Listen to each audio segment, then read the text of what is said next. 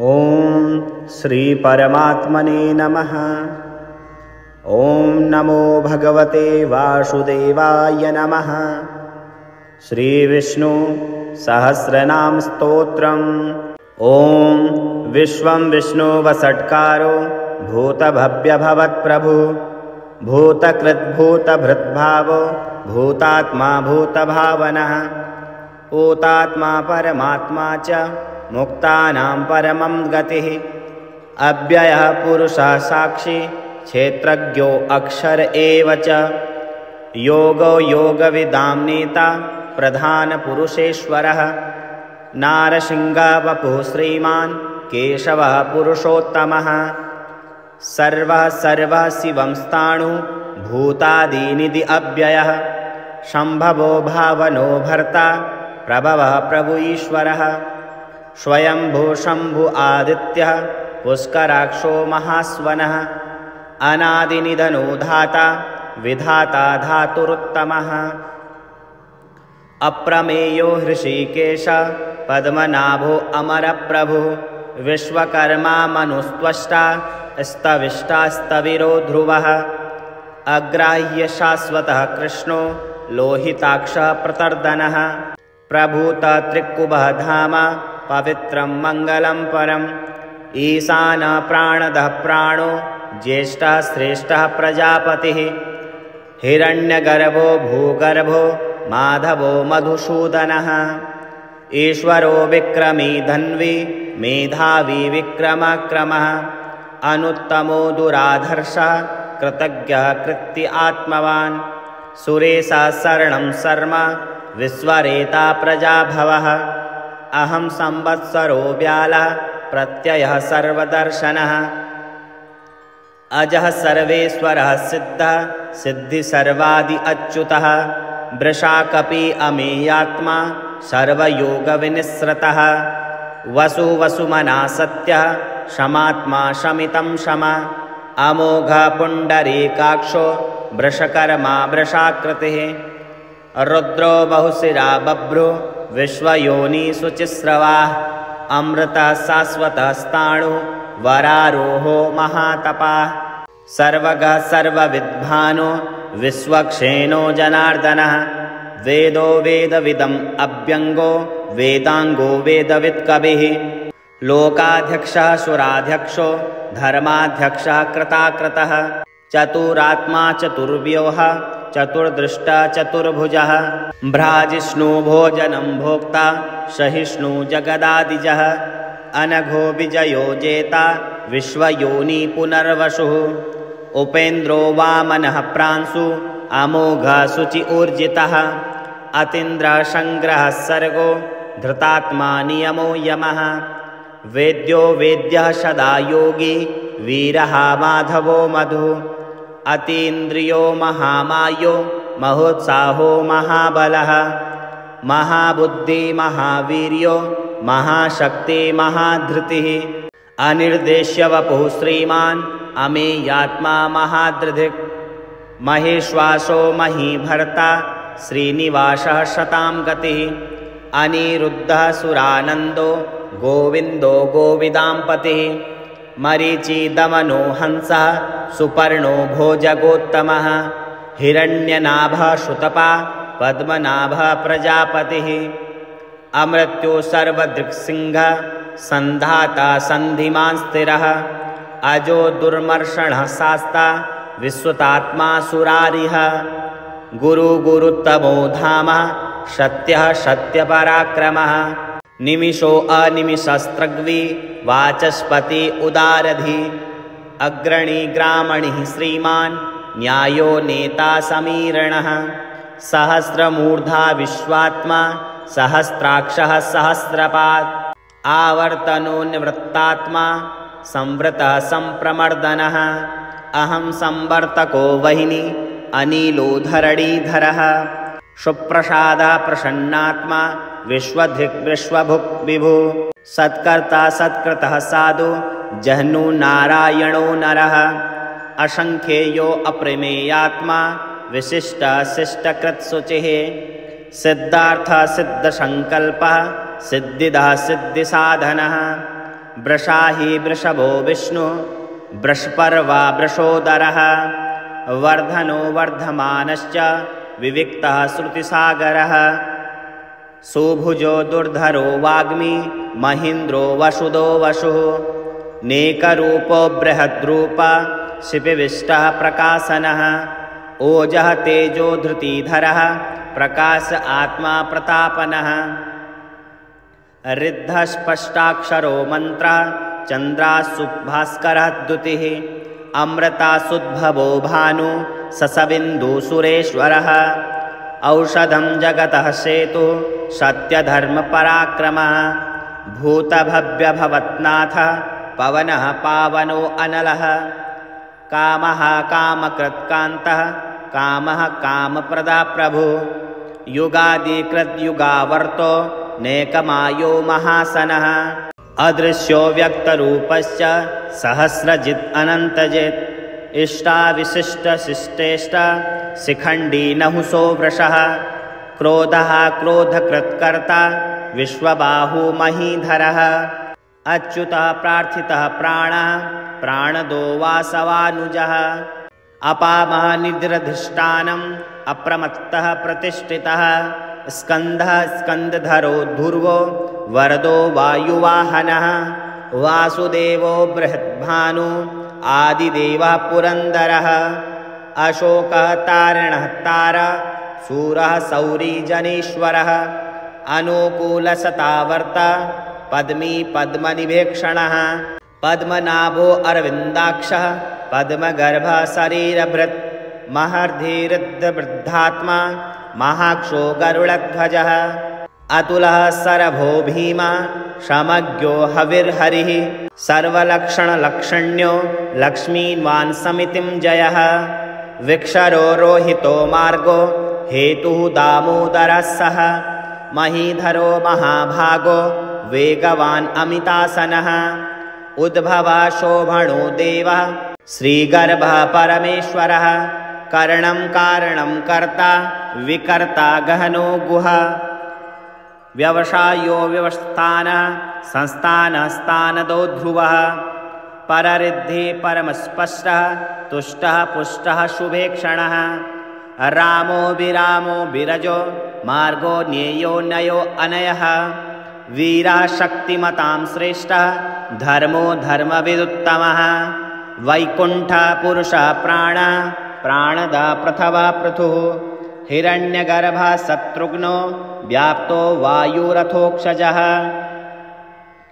ऋतुः सुदर्शनः कालः परमेष्टि परिग्रहः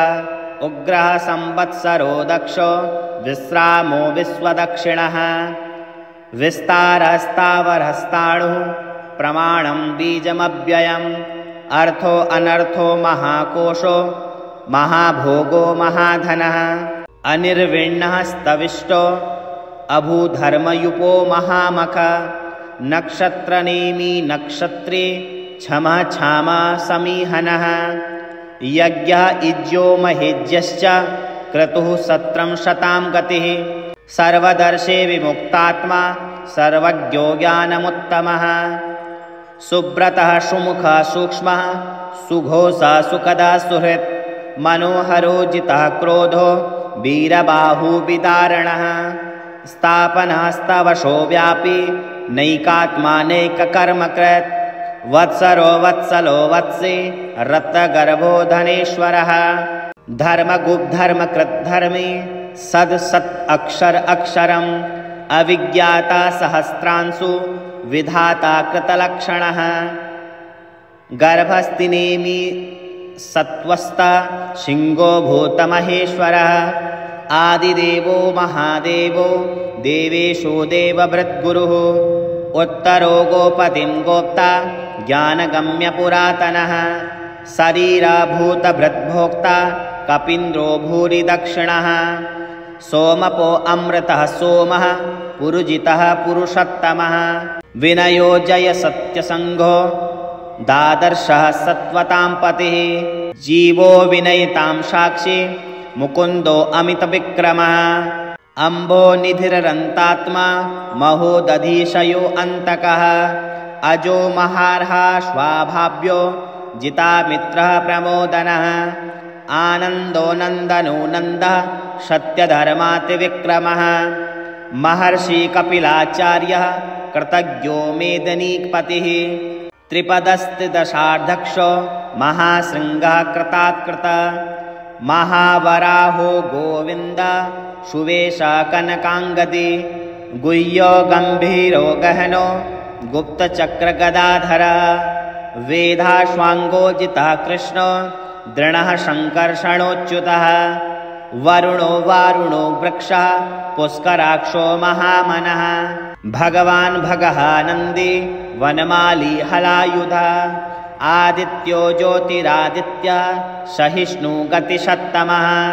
सुधन्वा खण्डपरशुर् दारुणो द्रविणप्रदः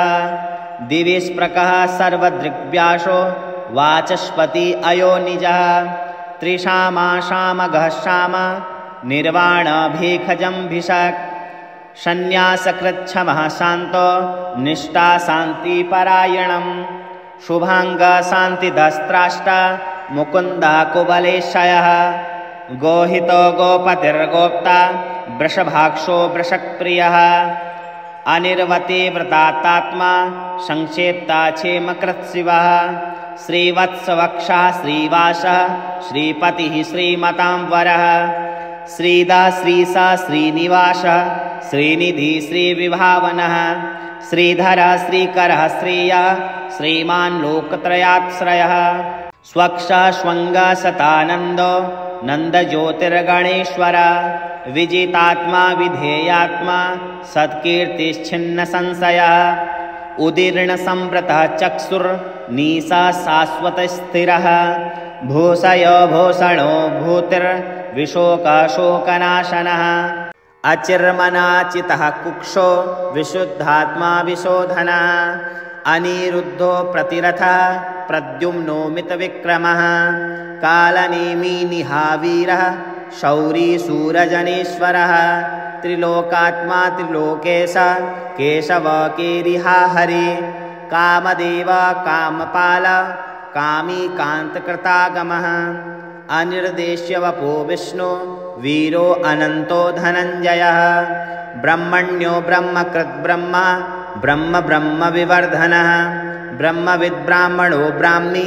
ब्रह्मज्ञो ब्रह्मणप्रियः महाक्रमो महाकर्म महातेजा महोरगः महाकर्तुर्महायज्वा महायज्ञो महाहविः स्तभ्यः स्तभ्यप्रियः स्तोत्रं स्तुतिः स्तोतारणप्रियः पूर्णपूरयितां पुण्य पुण्यकीर्तिरनामयः मनोजवस्तीर्थकरो वासुर्रेता वसुप्रदः वसुर्प्रदो वसुदेवा वसुर्वसुमना हविः सद्गति सत्कृति सत्ता सद्भूतिः सत्परायणः शूरसेनो यदुश्रेष्ठ सन्निवास सुयामुनः भूतवासो वासुदेवः सर्वासुनिलयो अनलः दर्पः दर्पदो दृप्ता दुर्धरो अथा पराजितः विश्वमूर्तिर्महामूर्ति दीप्तमूर्ति अमूर्तिमान् अनेकमूर्तिरव्यक्तः सदमूर्ति सदाननः एकोनैकः सवः कं किं यत्तत्मनुमुत्तमं लोकबन्धु लोकनाथो माधवो भक्तवत्सलः सुवर्णो वर्णो हेमाङ्गो वराङ्गचन्दनागतिः वीरः विषमः शून्यो धृताशीरचलच्चलः अमानीमानदो मान्यो लोकस्वामी त्रिलोकधृक् सुमेधा मेधजो धन्यः सत्यमेधाधराधरः तेजो वृषो धृतिधरः सर्वशस्त्रभृतांवरः प्रग्रहो निग्रहो व्यङ्गो नेकशृङ्गो गदाग्रजः चतुर्मूर्ति चतुर्बाहुर्चतुर्व्यूह चतुर्गतिः चतुरात्मा चतुर्भाव चतुर्वेदविदेकपात् समावर्तो अनिवृत्तात्मा दुर्जयो दुरतिक्रमः दुर्लभो दुर्गमो दुर्गो दुरावासो दुरारिः शुभाङ्गो लोकसारङ्गः सुतस्तुत्यवर्धनः इन्द्रकर्मा महाकर्मा कृतकर्मा कृतागमः उद्भवः सुन्दरः सुन्दो रत्ननाभसुलोचनः अर्को वाजसनः शृङ्गी जयन्तः सर्वविजये सुवर्णविन्दुरक्षोभ्यः सर्ववाङ्गीगरेश्वरः महाहदो महागर्तो महाभूतो महानिदा कुमुदः कुन्दरः कुन्दा पर्जन्या पावनो अनिलः अमृतांशो अमृतवपुः सर्वज्ञः सर्वतोमुखः सुलभः सुब्रतः सिद्धः शत्रुजिच्छत्रुतापनः न्यग्रोधो औदुम्बरो अश्वश्चाणूराद्रिनिषूदनः सहस्रार्ची सप्तजिह्वा सप्तेधा सप्तवाहनः अमूर्तिर्नघो अचिन्त्यो भयकृत् भयनाशनः अणुबृहत्कुशस्थूलो गुणभृन्निर्गुणो महान् अधृतः स्वधृतः स्वस्य प्राग्वशो वंशवर्धनः भारभृत्कथितो योगी योगी स सर्वकामदः आश्रमः श्रमणः श्रामः सुपर्णो वायुवाहनः धनुर्धरो धनुर्वेदो दण्डो दमयितां दमः अपराजितः सर्वसंहो नियन्ता नियमो यमः सत्त्ववान् सात्विकः सत्यः सत्यधर्मपरायणः अभिप्राय प्रियार्यो हर प्रियकृत्प्रीतिवर्धनः विहाय सगतिर्ज्योतिः सुरुचि हृत्भुग्विभुः रविविरोचनः सूर्यः सविता रविलोचनः अनन्तो होतभुग्भोक्ता सुखदो नैकजोऽग्रजः अनिर्विष्टः सदामर्षि लोकधिष्ठानमद्भुतः सनातः सनातनः तमः कपिलः कपिरव्ययः स्वस्तिदा स्वस्तिकृत् स्वस्ति स्वस्तिभुक् स्वस्ति दक्षिणः औरुद्रकुण्डली चक्री विक्रमूर्जितशासनः शब्दातिक्शब्दशः शिशिरः सर्वरीकरः अक्रूरपेशलो दक्षो दक्षिणा दक्षिणावरः विद्वत्तमो भीतभयः पुण्यश्रवणकीर्तनः उत्तारणो दुष्कृतातिः पुण्यो स्वस्वप्ननाशनः वीरः रक्षणः सन्तो जीवनपर्यवस्थितः अनन्तरूपो अनन्तश्री जितमन्यो भयापः चतुरस्रवो गम्भीरात्मा विदिशो व्यादिशो दिशः अनादिर्भूभवो लक्ष्मी सुवीरो रुचिराङ्गदः जननो जन्म जन्मादि भीमो भीमपराक्रमः आधारनिलयो धाता पुष्पहासप्रजागरः ऊर्ध्वगः सत्पथाचार प्राणदा प्रणवः पणः प्रमाणं प्राणनिलयः प्राणभृत् प्राणजीवनः तत्त्वं तत्त्वविदेकात्मा जन्ममृत्योजराजिगः भूर्भुवः स्वरतृस्तार सविता प्रपितामहः यज्ञो यज्ञपतिर्यज्वा यज्ञाङ्गो यज्ञवाहनः यज्ञभृद् यज्ञकृत् यज्ञे यज्ञभुग्यज्ञसाधनः यज्ञान्तकृत यज्ञविह्य मनना मननाद एव च श्रीराम सहस्रनाम स्तोत्रम विनियोगः ओम अस्य श्री राम सहस्रनाम स्तोत्र महामन्त्रस्य भगवन् ईश्वर ऋषिः अनुष्टुप् छन्दः श्रीरामः परमात्मा देवता श्रीमन् महाविष्णुरिति बीजं गुणभिन्न निर्गुणो महानीति शक्तिः संसारतारको राम इति मंत्रः सच्चिदानन्दविग्रह इति कीलकम् अक्षयः पुरुषः साक्षीति कवचम् अजेयः सर्वभूतानां इत्यस्त्रं राजीवलोचनः श्रीमन् इति ध्यानं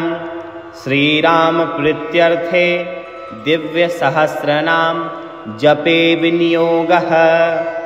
नीलाम्बुजश्यामलकोमलाङ्गं सीताशमारोपितवामभागं पाणो महासायकचारुचापं नमामि रामं रघुवंशनाथं। श्रीपरमात्मने नमः। अथ स्तोत्रम्। राजीवलोचनः श्रीमान् श्रीरामो रघुपुङ्गवः, रामभद्रः सदाचारो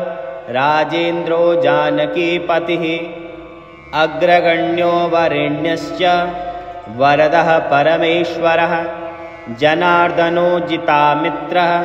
परार्थेकप्रयोजनः, विश्वामित्रप्रियो दान्तः शत्रुजिच्छत्रुतापनः, सर्वज्ञः सर्वदेवादि शरण्यो वालिमर्दनः, ज्ञानभाव्यो परिच्छेद्यो वाग्मी सत्यव्रतः शुचिः, ज्ञानगम्यो दृढप्रज्ञः खरध्वंसी प्रतापवान्, द्युतिमानात्मवान् वीरो जितक्रोधो अरिमर्दनः, विश्वरूपो विशालाक्षः प्रभुपरिव्रलो दृढः, एषः खड्गधरः श्रीमान् कौसलेयो नसूयकः, विपुलांशो महोरस्कः परमेष्टिपरायणः, सत्यव्रतः सत्यसङ्गो गुरुः परमधार्मिकः, लोकज्ञो लोक्यवध्यश्च लोकात्मा लोककृत्परः, अनादिभगवन्सेव्यो जितमायो रघुद्वः, रामो दयाकरो दक्षः सर्वज्ञः सर्वपावनः, ब्रह्मण्यो नीतिमान् गोप्ता सर्वदेवमयो हरिः, सुन्दरः पीतवासाश्च सूत्रकारः पुरातनः, सौम्यो महर्षिको दण्डे सर्वज्ञः सर्वकोविदः, कविसुग्रीववरदः सर्वपुण्याधिप्रदः, भव्यो जितारिसंवर्गो महोदारो घनासनः, सुकीर्तिरादिपुरुषः कान्तः पुण्यकृतागमः, अकल्मषश्चतुर्बाहु सर्वावासो दुराशदः, स्मितभासी निवृत्तात्मा स्मृतिमान वीर्यवान् प्रभु, धीरो दान्तो घनश्यामः सर्वायुधविशारदः, अध्यात्मयोगनिलयः सुमना लक्ष्मणाग्रजः,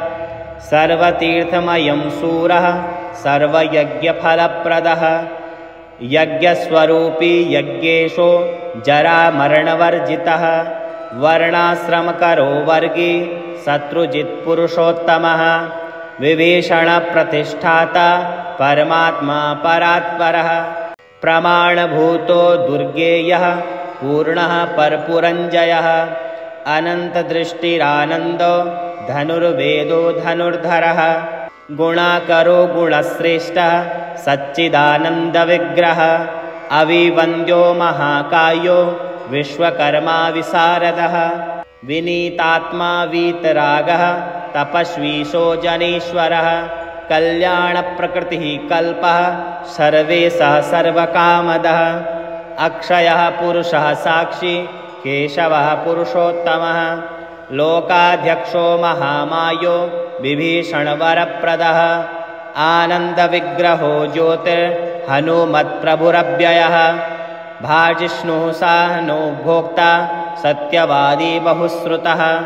सुखदः कारणं कर्ता भवबन्धं विमोचनं, देवचूडामणिर्नेता ब्रह्मण्यो ब्रह्मवर्धनः, संसारोत्तारको रामः सर्वदुःखविमोक्षकृत्, विद्वत्तमो विश्वकर्ता विश्वहर्ता च विश्वधृत्, नित्यो नियत्कल्याणः सीताशोकविनाशकृत्, काकुत्स्थपुण्डरीकाक्षो विश्वामित्रभयापः, मारीचमथनो रामो विराघवपण्डितः, दुःस्वप्ननाशनो रम्यः किरीटीति दशाधिपः, महाधनुर्महाकायो भीमो भीमपराक्रमः, तत्स्वरूपी तत्त्वज्ञः तत्त्ववादी सुविक्रमः, भूतात्मा भूतकृत्स्वामी कालज्ञानी महापटुः, अनिर्विष्णो गुणग्राही निष्कलङ्कः कलङ्कः, स्वभावभद्रशत्रुघ्नः केशवस्ताणुरीश्वरः, भूतादिशम्भुरादित्यः स्तविष्टः स्वास्वतो ध्रुवः कवची कुण्डली चक्री खड्गी भक्तजनप्रियः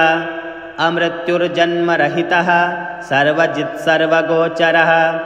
अनुत्तमो प्रमेयात्मा सर्वादिगुणसागरः समः समात्मा समगो जटामुकुटमण्डितः अजेयः सर्वभूतात्मा विश्वक्सेनो महातपः लोकाध्यक्षो महाबाहुर्मृतो वेदवित्तमः सहिष्णु सद्गतिः शास्ता विश्वयोनिर्महाद्युतिः उतीन्द्र ऊर्जितः प्रांशुर्रूपेन्द्रो वामनो बलिः धनुर्वेदो विधाता च ब्रह्मा विष्णुश्च शङ्करः हंसो मरीचि गोविन्दो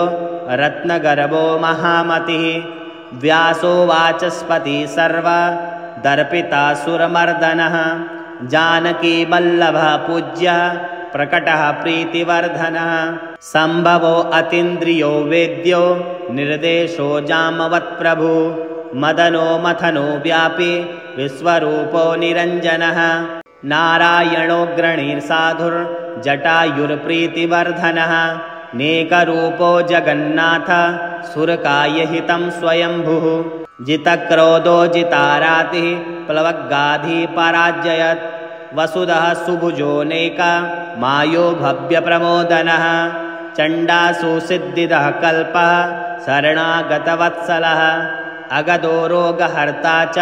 मन्त्रज्ञो मन्त्रभावनः सौमित्री वत्सलो धुर्यो व्यक्ता व्यक्तस्वरूपधृक् वसिष्ठो ग्रामणी श्रीमान् अनुकूलः प्रियङ्वदः अतुलः सात्विको धीरः सरासनविशारदः ज्येष्ठः सर्वगुणोपेतः शक्तिमास्ताटकान्तकः वैकुण्ठः प्राणिना प्राणः कमठः कमलापतिः गोवर्धनधरो मत्स्य रूपः कारुण्यसागरः कुम्भकर्णप्रभेत्ता च गोपी गोपालसम्वृतः मायावी स्वापनो व्यापी रेणुकेयबलापः पिनाकमथनो वन्द्यः समर्थो गरुडध्वजः लोकत्रयाश्रयो लोक भरितो भरताग्रजः श्रीधरः सद्गतिर्लोक साक्षी नारायणो बुधः मनोवेगी मनोरूपी पूर्णः पुरुषपुङ्गवः यदुश्रेष्ठो यदुर्पतिर्भूतावासः सुविक्रमः तेजोधरो धराधारश्चतुर्मूर्तिर्महानिधिः चारूरमर्दनो दिव्यः शान्तो भरतवन्दितः शब्दातिगो गम्भीरात् कोमलाङ्गः प्रजागरः लोकगर्भः शेषसायी क्षीराब्धिनिलयो मलः आत्मयोनिर्दीनात्मा सहस्राक्षः सहस्रपात् अमृतासुरमहागर्भो निवृत्त्या विषयस्पृहः त्रिकालज्ञो मुनिः साक्षी विहाय शकते कृतिः पर्जन्यः कुमुदो भूता वासः कमललोचनः श्रीवत्सवक्षा श्रीवासो वीरः लक्ष्मणाग्रजः लोकाभिरामो लोकारिमर्दनः सेवकप्रियः सनातनतमो मेघः श्यामलो राक्षसात्कृतः दिव्यायुधधरः श्रीमान् प्रमेयो जितेन्द्रियः भूदेववन्द्यो जनकः प्रियकृत्प्रपितामहः उत्तमः सात्विकः सत्यसङ्गस्त्रिविक्रमः सुब्रतः सुलभः सूक्ष्मः सुघोषः सुखदः सुधीः दामोदरोच्युतः सारङ्गी वामनो मथुराधिपः देवकी नन्दनः शौरी शूरः कैटवमर्दनः सप्ततालप्रभेत्ता च मित्रवंशप्रवर्धनः कालस्वरूपी कालात्मा कालः कल्याणदः कविः संवत्सरः ऋतुपक्षो ह्ययनं दिवसो युगः स्तभ्यो विविक्तो निर्लेपः सर्वव्यापी निराङ्कुलः अनादिनिधनं सर्वलोकपूज्यो निरामयः रसो रसज्ञः सारज्ञो लोकसारो रसात्मकः सर्वदुःखतिगो विद्या राशि परमगोचरः शेषो विशेषो विगतः कलमसो रघुनायकः वर्णश्रेष्ठो वर्णवाद्यो वर्ण्यो वर्ण्यगुराज्वलो कर्मसाक्षिमरश्रेष्ठो देवदेवः सुखप्रदः देवाधिदेवो देवर्षि देवासुरनमस्कृतः सर्वदेवमयश्चक्रे सारङ्गपाणिरुत्तमः मनोबुद्धिरहङ्कारः प्रकृतिपुरुषोऽव्ययः अहिल्यापावनः स्वामी पितृभक्तो वरप्रदः न्यायो न्यायी नयी श्रीमान् न्ययो नगधरो ध्रुवः लक्ष्मी विश्वभरा भर्ता देवेन्द्रो बलिमर्दनः बाणारिमर्दनो यज्वा अनुत्तमो मुनिसेवितः देवाग्रणी शिवध्यान तत्परः परमः परः सामगानप्रियो क्रूरः पुण्यकीर्तिसुलोचनः पुण्यः पुण्याधिका पूर्व पुण्यः पूरयिता रविः जटिलः कलमसाध्वान्त प्रभञ्जनविभावसुः अव्यक्तलक्षणो व्यक्तो दशास्य द्वीपकेसरी कलानिधि कलारूपो कमलानन्दवर्धनः जयोजितारि सर्वादि समनुभवभञ्जनः अलङ्करेष्णु प्रचलो रोचिष्णु विक्रमोत्तमः अंशुशब्दपति शब्द गोचरो रञ्जनो रघुः निःशब्द प्रणवो माली स्थूला सूक्ष्मो विलक्षणः आत्मयोनिर्योनिश्च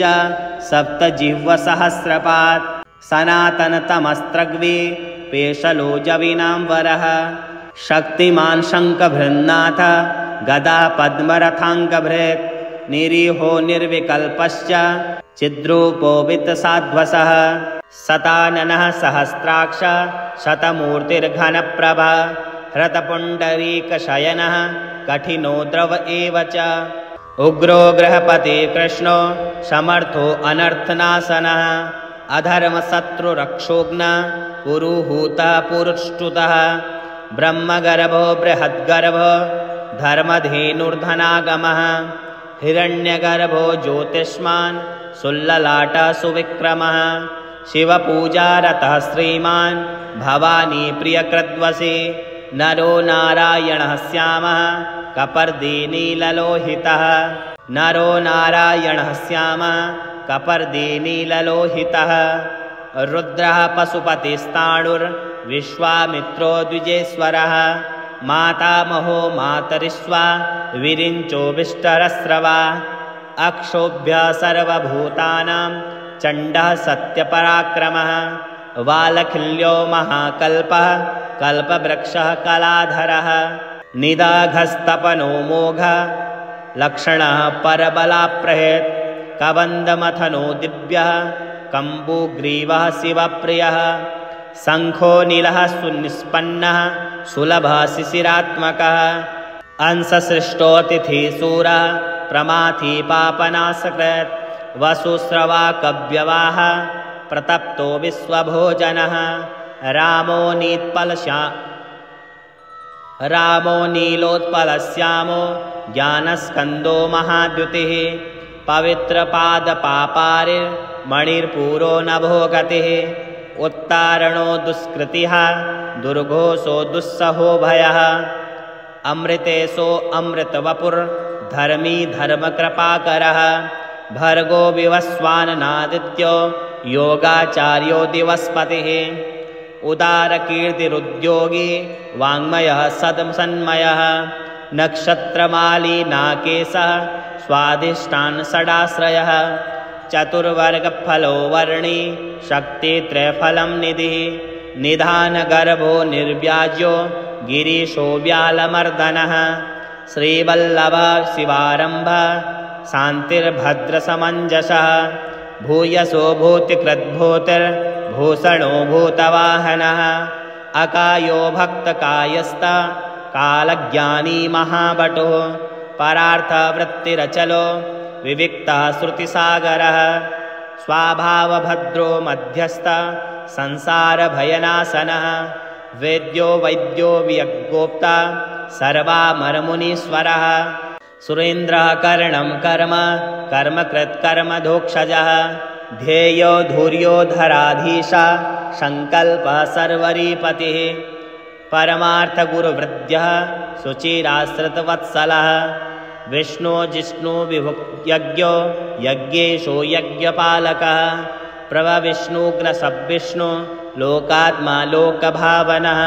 केशव केशिहाकाभ्यः कविकारणकारणं कालकर्ता कालशेषो वासुदेवः पुरुष्टुतः आदिकर्ता वराहश्च माधवो मधुसूदनः नारायणो नरो हंसो विश्वक्सेनो जनार्दनः विश्वकर्ता महायज्ञो ज्योतिष्मान् पुरुषोत्तमः वैकुण्ठ पुण्डरीकाक्ष कृष्ण सूर्यसुरार्चिता नारसिंहो महाभीमो वक्रदृष्टो नखायुधः आदिदेवो जगत्कर्ता योगीशो गरुडध्वजः गोविन्दो गोपतिर्गोप्ता भूपतिर्भुवनेश्वरः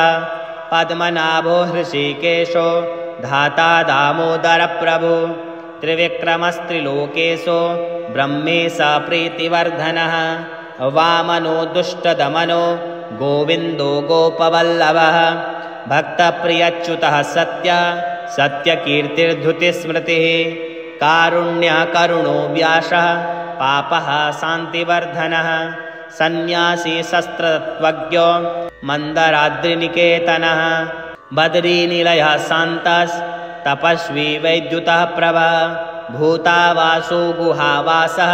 श्रीनिवासः श्रियः पतिः तपोवासो मुदावासः सत्यवासः सनातनः पुरुषः पुष्करः पुण्यः पुष्कराक्षो महेश्वरः पूर्णमूर्ति पुराणज्ञः पुण्यदा पुण्यवर्धनः शङ्खी चक्री गदा सारङ्गी लाङ्गली मुसली हली किरीटी कुण्डली हारी मेखली कवची ध्वजी योद्धा जेता महावीर्यः शत्रुजिच्छत्रुतापनः शास्ता शास्त्रकारः शास्त्रं शङ्करं शङ्करस्तुतः सारथी सात्विकः स्वामी सामवेदप्रियः समः पवनः साहसः शक्तिः सम्पूर्णाङ्गसुमृद्धिमान् स्वर्गदा कामदा श्रीदा कीर्तिदो कीर्तिनासनः मोक्षदा पुण्डरीकाक्ष क्षीराब्धिकृतकेतनः सर्वात्मा सर्वलोकेशः प्रेरकः पापनाशनः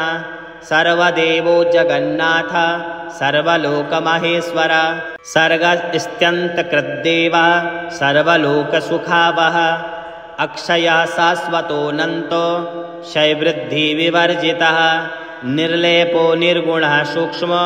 निर्विकारो निरञ्जनः सर्वोपाधिविनिर्मुक्तः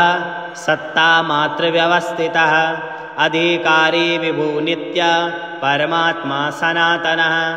अचलो निर्मलो व्यापी नित्यातृप्तो निराश्रयः श्यामो युवा लोहिताक्षो दीप्तास्यो मृतभाषणः आजानुबाहुषुमुखः सिंहस्कन्दो महाभुजः सत्यवान् गुणसम्पन्नः स्वयं तेजासु दीप्तिमान् कालात्मा भगवन् कालः कालचक्रप्रवर्तकः नारायणः परं ज्योतिः परमात्मा सनातनः विश्वशृङ्गी विश्वगोप्ता च विश्वभोक्ता च शाश्वतः विश्वेश्वरो विश्वमूर्तिर्विश्वात्मा विश्वभावनः सर्वभूसुहृच्छातः सर्वभूतानुकम्पनः सर्वेश्वरेश्वरः सर्वः श्रीमानाश्रितवत्सलः सर्वगः सर्वभूतेशः सर्वभूताशयस्थितः अभ्यन्तरस्तमसश्चेता नारायणं परः